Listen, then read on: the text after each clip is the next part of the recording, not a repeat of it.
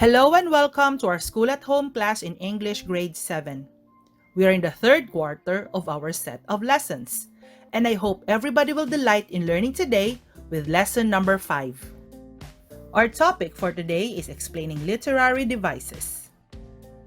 All the activities provided in this lesson will help you learn and understand literary devices.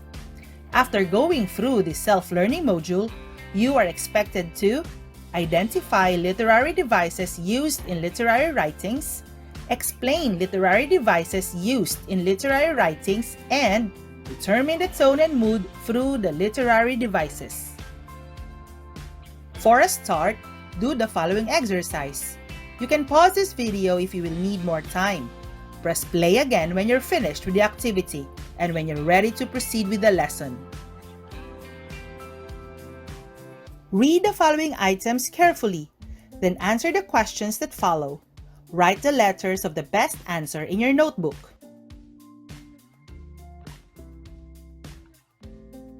Number 1. The tall, dark, and handsome gentleman walked inside the ballroom. What literary device is used in this statement? Letter A. Symbolism, because a gentleman represents all men. Letter B. Imagery, because the descriptions appeal to the senses.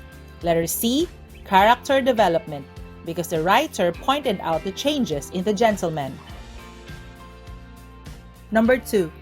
The Sampaguita is a promise between two lovers. What literary device is used in this statement? A. Imagery, because the promise uttered by the lovers appeals to the sense of hearing. Letter B.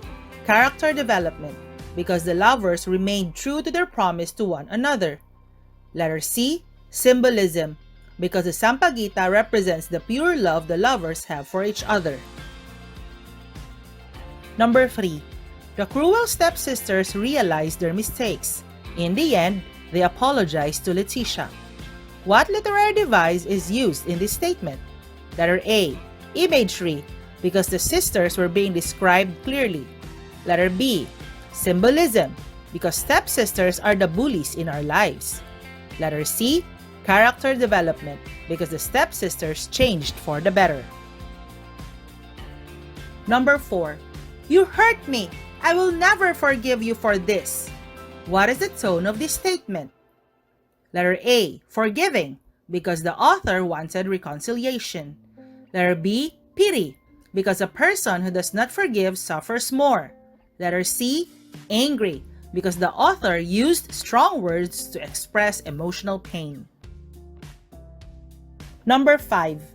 I am sorry for everything I have done to you. What is the mood of this statement? Letter A. Scared, because the reader felt the person's fear. B. Nervous, because the reader knew apologizing was hard. Letter C. Regretful, because the reader felt the speaker's sincerity. Here are the correct answers. Number 1 is B, number 2 is C, number 3 is C, number 4 is C, and number 5 is C. Previously, we learned how to determine the tone, mood, technique, and purpose of the author.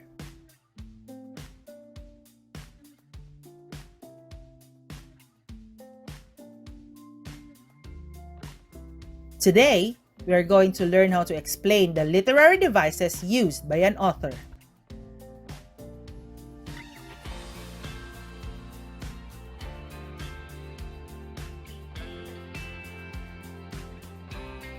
Look at this picture. What do you see? There's a woman looking at the sun. What does this picture remind you of? The picture reminds us of a good day, or maybe summer, or positivity. Your ideas about this picture have something to do with our lesson for today.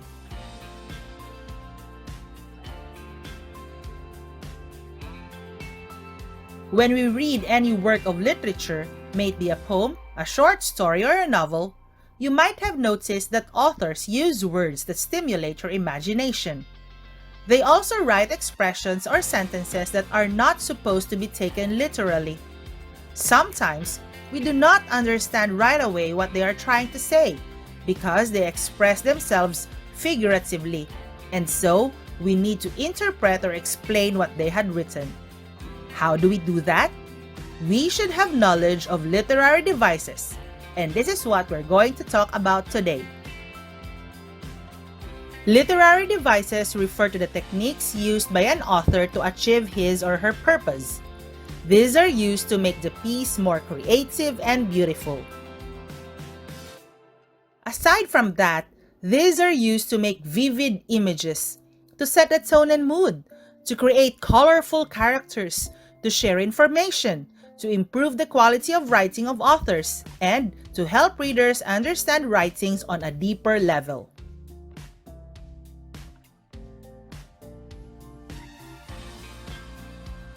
Being familiar with these literary devices can help us understand different literary works. We will also find it quite easy to explain what authors mean when we understand each literary device. There are actually a lot of literary devices, but we will focus on character development, imagery, and symbolism. Through character development, imagery, and symbolism, we will also be able to find out the tone and mood of the passages.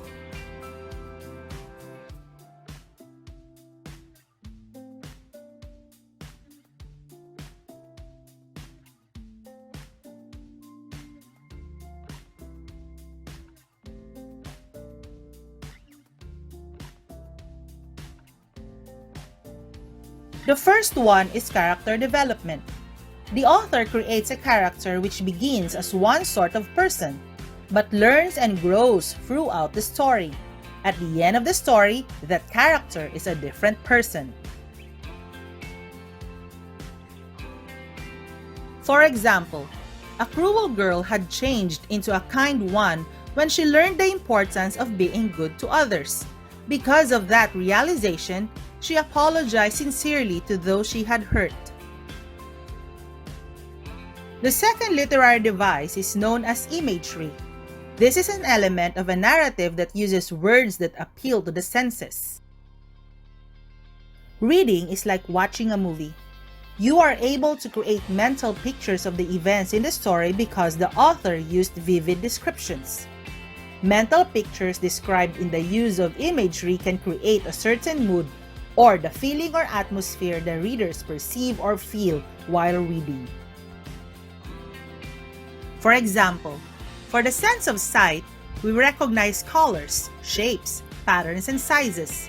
For the sense of smell, we can distinguish fragrances and odors. For the sense of taste, we have sour, sweet, acidic, bitter, and salty. For the sense of hearing or sound, we hear music, silence, and noise. And for the sense of touch, we can feel texture, temperature, and movement. Earlier in this lesson, I asked you what you can say about the picture of a woman looking at the sun. If you said that it is a symbol of a positive outlook in life or a new beginning, then you just used a literary device known as symbolism. Symbolism is an element of a narrative in which an object, person, or situation has another meaning other than its literal meaning. For example, literally, the sun is a big ball of gas. But figuratively, the sun symbolizes a new beginning, a new day to start again. Symbolism can be used to highlight the tone of the persona or speaker towards the topic or situation. Tone refers to the attitude a writer takes toward an audience, a subject, or a character. The writer's attitude influences his or her writings. His or her use of words that denote emotions or feelings reflect his or her attitude. These tones are felt by the readers. Character development, imagery, and symbolism set the tone and mood of any passage. The author's choice of words will evoke different feelings within you. In order to properly explain the tone and mood of the story, you have to feel what the characters are feeling. You have to put yourself in their shoes. You have to empathize. Aside from that, Look for clue words that the author has used to express the tone and mood. Tones can be positive. For example, energetic, enthusiastic, humorous, illuminating, light-hearted, nostalgic, optimistic, respectful, whimsical, formal, and informal. It can also be negative. For example, dark, depressing, foreboding, gloomy, dull, pessimistic, pompous, sardonic, harsh, and tense. Excited, dreamy, peaceful, satisfied, thankful, sympathetic, and pleased are positive moods, while annoyed, disappointed, scared, uncomfortable, confused, nervous, and sad are negative moods.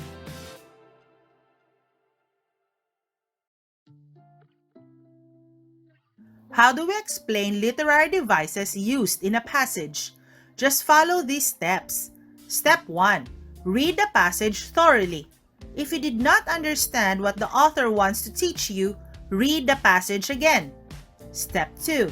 Identify words, phrases, or sentences that have another meaning, that appeal to the senses, that evoke emotions, etc.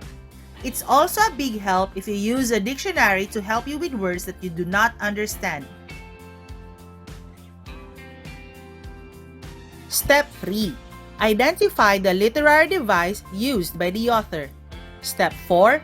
Explain the literary devices used based on the word, phrase, or sentence created by the author.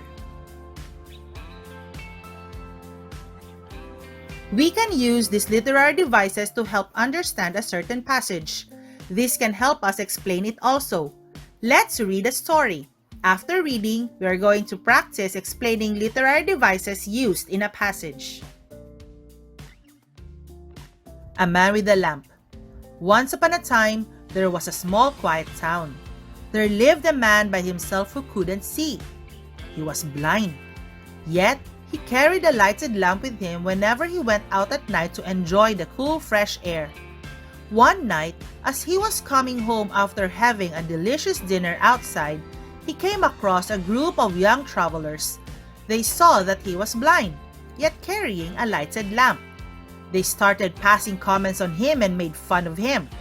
One of them asked him, "Hey man, you are blind and can't see anything. Why do you carry the lamp then?" Then they laughed so loud at the blind old man. The blind man replied, "Yes, unfortunately I am blind, and I can't see anything, but a lighted lamp which I am carrying is for the people like you who can see. You may not see the blind man coming and end up pushing me. That is why I carry a lighted lamp." The group of travelers felt ashamed and apologized for their behavior. Let's start studying the characters of this selection.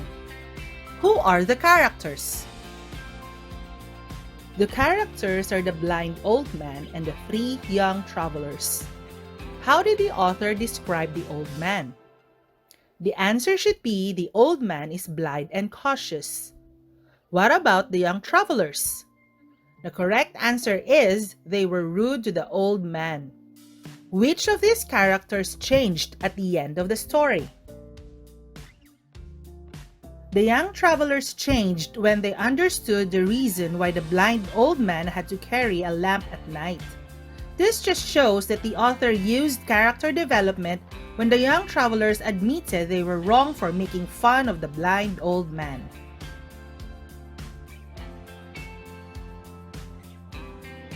While you were reading the story, did you use your 5 senses? If you did, good job!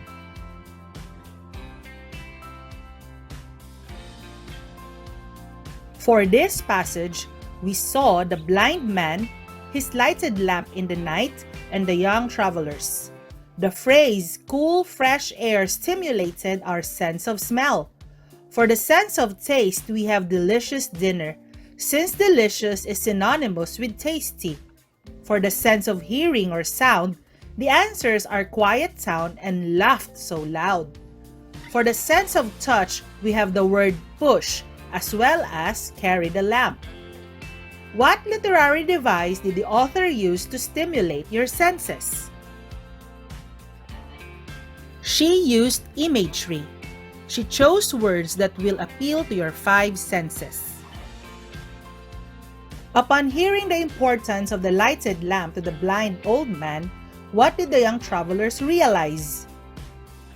They realized that the lamp was not really for the blind old man, but for those who could see. Sometimes, we have eyes to see, but we do not care what is happening around us. What literary device is used by the author when she used the blind old man and the lighted lamp to teach us about respect?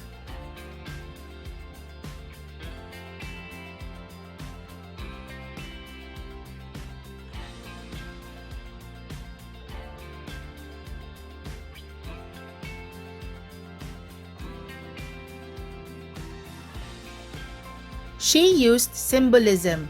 She used ordinary people or objects around us to mean something else.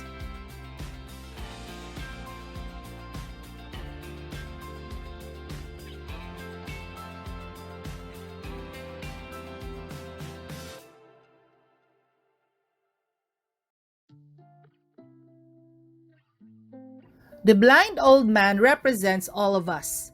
Your physical appearance, age, or abilities do not matter. Everyone deserves to be respected. The lighted lamp is just a tool, but if you go deeper, the lighted lamp symbolizes the lesson that we learn, which opens our eyes and our minds. We may be blind because of ignorance, but once we learn something good, we become enlightened. Do you think the author dislikes rude people? If you said yes, you are right. Why do you say so? The author used the old man to teach young readers not to make fun of people with disabilities. The author reminded us to show respect to everyone regardless of appearance or age. What did you feel at the beginning of the story? You may have felt admiration for the old man for being independent despite his condition. What other emotions did you feel while reading the story? You may have felt annoyed at the young travelers because they were rude to the old man. You may also have felt pity for the old man for being alone in life. You may also have felt relieved because the young travelers apologized at the end of the story.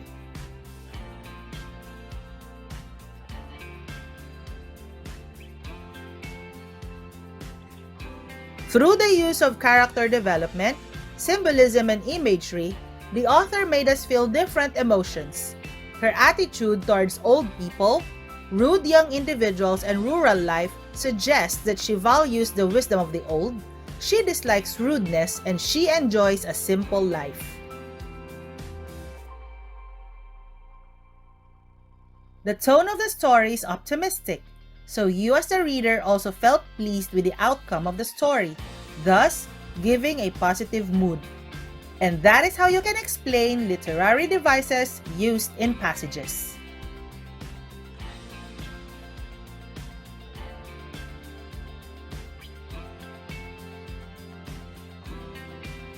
Let us proceed to the activities.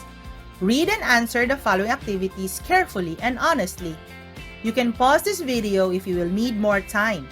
Press play again when you're finished with the activities and when you're ready to proceed with the lesson. Read the following statements carefully.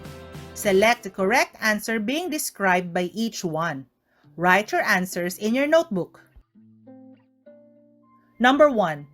This is used to make the readers feel what the author is feeling towards a character or a situation. Letter A, imagery. B, mood. C, tone. Number 2. This literary device uses ordinary things to represent a very important lesson that the author wants readers to learn. A, imagery. B, symbolism. C, tone. Number 3. This literary device lets readers create mental pictures to help them understand the passage. A, character development. B, imagery. C, tone. Number 4. This literary device shows changes in characters from good to bad and vice versa. A. Character development. B. Symbolism. C. Tone. Number 5. This refers to the emotional responses of readers towards the characters or events in a story. A. Imagery. B. Mood. C. Tone. Here are the correct answers. Number 1 is C, number 2 is B, number 3 is B, number 4 is A, and number 5 is B. Read the passage carefully, then answer the questions that follow. Write the letters of the best answer in your notebook. We were in line at the ice cream store when I noticed him. His face bore the marks of too many fights, a crooked nose and some scars. His clothes were rumpled, though clean. I stepped between him and my children, using my back to erect a wall. The first time he spoke, I didn't hear him clearly, and so just nodded to acknowledge him. I barely made eye contact with him. Because my wife wasn't with me, he thought I was a single parent and gently said, "It's hard raising them alone, isn't it?" Something in his voice made me turn to look at him. Only then did I notice his children, and I listened to him tell me how long his wife had been gone. His soft words contrasted with his hard exterior. I was ashamed of myself. Once again, I had failed to see beyond outward appearances. This reminded me of Jesus, who only saw the needs of the people and met them with unconditional love. Number 1. How is imagery evident in the first paragraph? A. The writer felt afraid of the stranger. B. A stranger is being described clearly.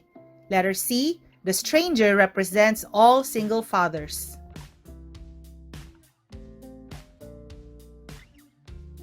Number 2. Which of the following shows the use of character development? A. The reader felt pity towards the stranger. B. The characters and the setting were being described clearly. C. The author judged the stranger too soon and realized his mistake.